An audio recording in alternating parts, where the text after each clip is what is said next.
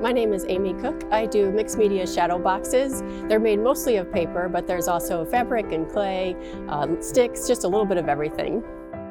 My mom was a very good fabric artist. I always woke up to the sound of a sewing machine.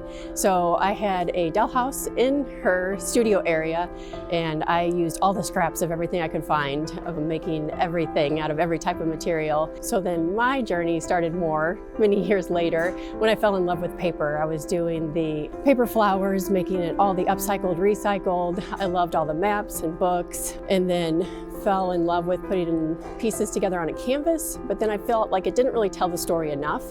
I thought of the stages that were at the Muni when I worked there, and how you're transformed with just the one stage can become so many different places and a different time era. And I thought, wouldn't that be cool if I put them in like a shadow box? They almost become like their own little stage, and that's when it really came together for me.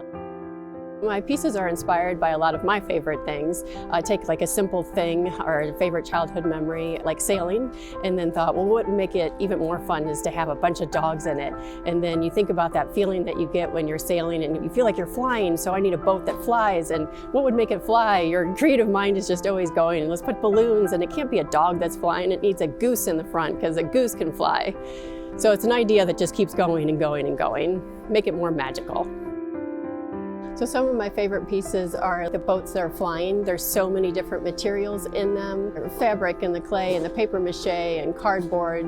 It really encompasses a lot of things. And then the background with a color gradient. I love the dreamy night sky, and all the splatter of paint I think makes it really fun and whimsical. When people walk into the booth, I feel like the message is so easily received because people start to laugh and giggle.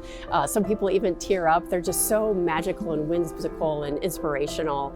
I love seeing that joy of expression on their face.